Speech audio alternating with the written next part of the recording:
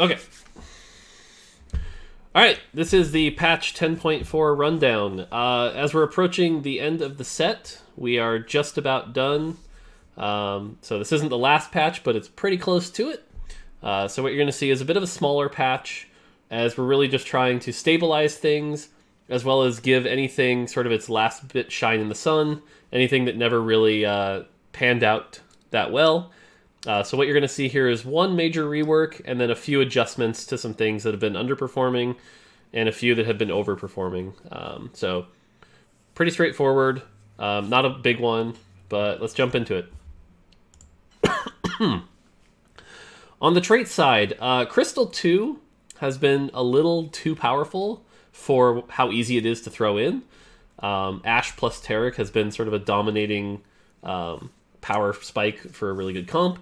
That being said, we want it to be good, just maybe not quite as good. So you're going to see a very small Crystal 2 nerf here. So Crystal 2 just goes from 100 to 110, which basically means Crystal units take about 10% more damage. Crystal 4, on the other hand, though, we've always intended to be a crazy win solution, or win condition if you get 4 Crystal, if you get that Lux, so it's not getting nerfed at all. 4 Crystal, still insane. That's what it is. Okay, big thing for this patch was the Glacial makeover. Glacial, basically, in Rise of the Elements, was only good for one set, and that was when 6 Glacial was at 60% freeze rate, which was insane, and really frustrating to play against, so we couldn't have that. Ever since the nerf, it's basically not been an option.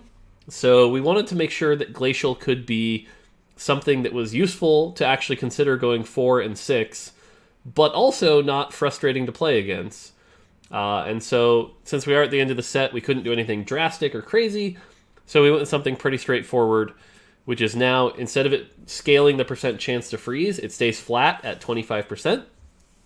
And then anytime you freeze, you actually do bonus damage. I always imagine this is like little frost bolts shooting out of your weapons, and those frost bolts deal extra damage based on how many Glacial you have. So right now, that's 75, 150, 300. So the way to look at this compared to live right now is 2 Glacial went from 20% to 25% and chance to do 75 damage. So Glacial 2, kind of a big buff. And then from there, you might consider, hey, if I go 4 Glacial, doubles that damage, and 6 Glacial can be really good. Braum Ezreal, for example, really good early now from what I've seen. And then, yeah, so this should open up Glacial so that things like Braum and Ezreal and Warwick don't feel like they're just traps because of one of their traits. The other thing I've found is that if you can hit 4 Glacial really early, the Warwick, Braum, Ezreal, why am I blanking on the fourth? Warwick, Braum, Ezreal, whoever the fourth is, I'm blanking on. But anyway, if you can get that really... Volibear, thank you. If you can hit that early, it's really good early. So, yeah. So give it a try. From what I've seen, it's not going to be like S-tier dominant, but it is going to be something to help you get through the mid-game and be pretty good. And if you can hit the 6 power spike, cool. It's fun. Poison. This is probably the most controversial change in the patch, but Poison is powerful. It shuts down your front line from casting spells really well. It's just like, sorry, Malphite and Amumu and Taric, you don't get to cast, ever. So, we're going to be nerfing it a bit.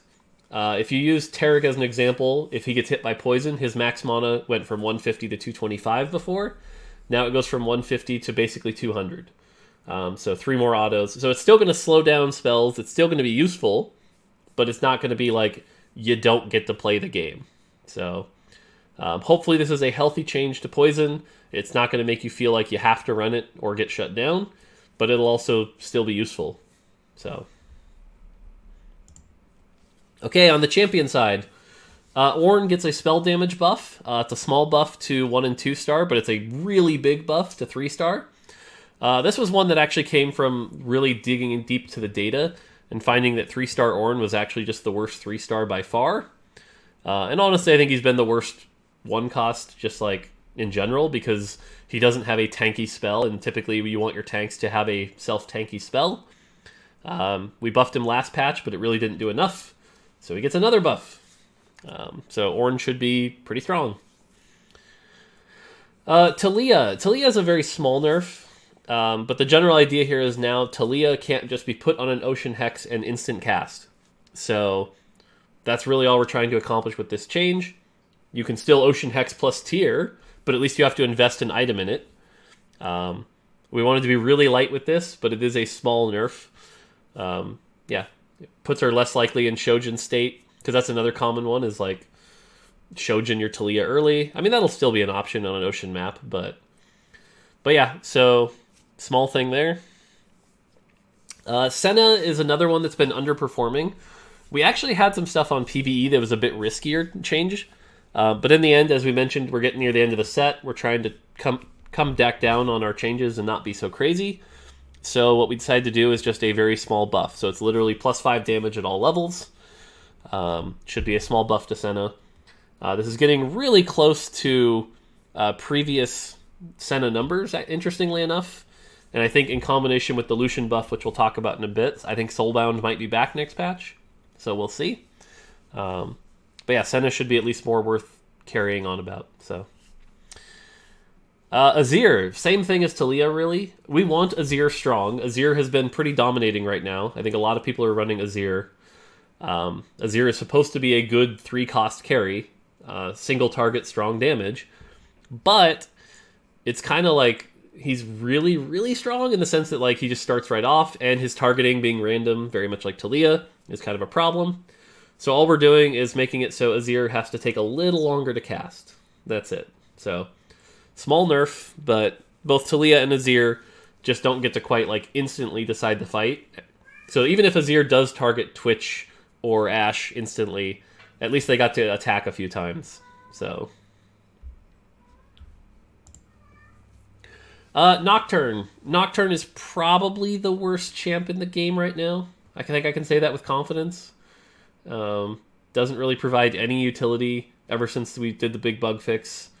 And even then, back in those days, like unless you had him as a Blade Master, he was still pretty bad. So we're going pretty big on this buff. Attack speed goes from 0.7 to 0.8. Honestly, I don't think this changes a lot, but at least make him more healthy if you want to run him. So Nocturne gets a big buff. Again, trying to make underperforming units get buffed.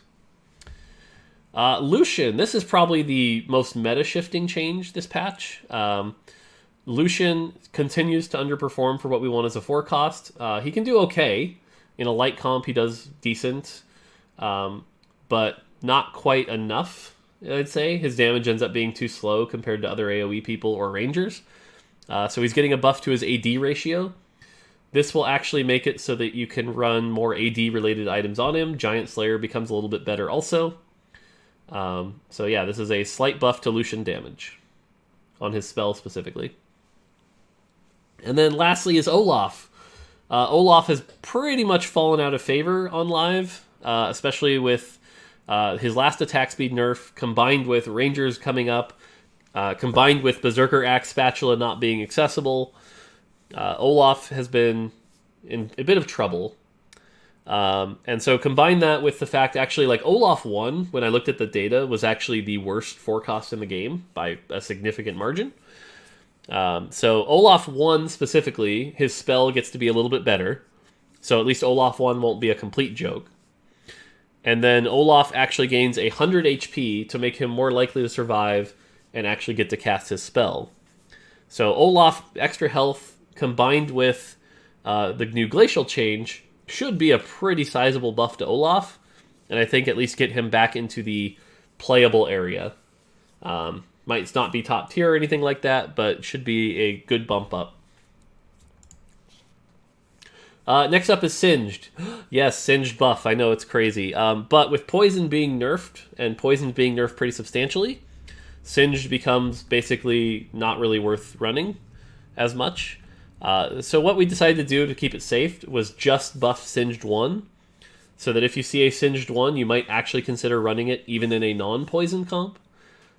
Singed being the single trait person, because Alchemist isn't actually a real trait. We wanted him to be a little bit more viable. And to be honest, we're kind of testing some ground here on 1-star 5 cost being a little bit more playable. So Singed 1 gets a small buff. Again, I don't think this is actually going to change much because most of Singed damage is coming from Morellonomicon anyway. But yeah. Tarek. Tarek has been a very strong champion this patch. 3 seconds of invulnerability is basically equal to steal 3 for your entire team. It's pretty nutty. So we're nerfing that down by 0.5 seconds. So even if he gets a spell off, you're not quite as invulnerable as long. And we have seen 0.5 seconds does make a big change. So now on the other side of the coin, though, if you hit Tarek 3, we said screw it, and you actually get to be invulnerable for 8 seconds. So yeah, Tarek 3, kind of Exodia, super realistic, but you know. And then Zed continues to underperform just a little bit, so we're going to keep nudging him up just a bit. In this case, he gets another 0.1 attack speed, which is a lot. It will allow him to cast quicker more often, because again, you're getting 10 mana per attack. So Zed gets a slight buff as well. So, and then lastly, only some small changes here, but the biggest one is that you can now mouse over the stage tracker to see who you faced previously. So this is a nice quality of life change that a lot of people have been asking for. So now you can use this to see who you already faced and who you're going to face again in case you lose track of that. So that's back. That's sweet. Yay. Someday maybe we'll add some more information here, but this is a good step. This is great. Red buff tooltip fix. I mean, none of you ever read this anyway to see that red buff still says it cancels all healing. But now it doesn't say it cancels all healing because it hasn't been all in a long time. And then lastly, there was some rare cases where Olaf's spell wasn't properly cleansing him of attack speed immunity. So that's fixed.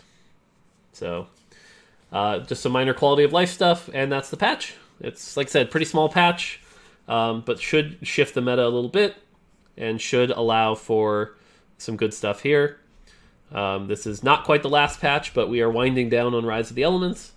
And look forward to this week, as there will be some announcements this week about the next set. So, should be good. All right, that's going to do it for the patch rundown. Thanks for tuning in. Good luck.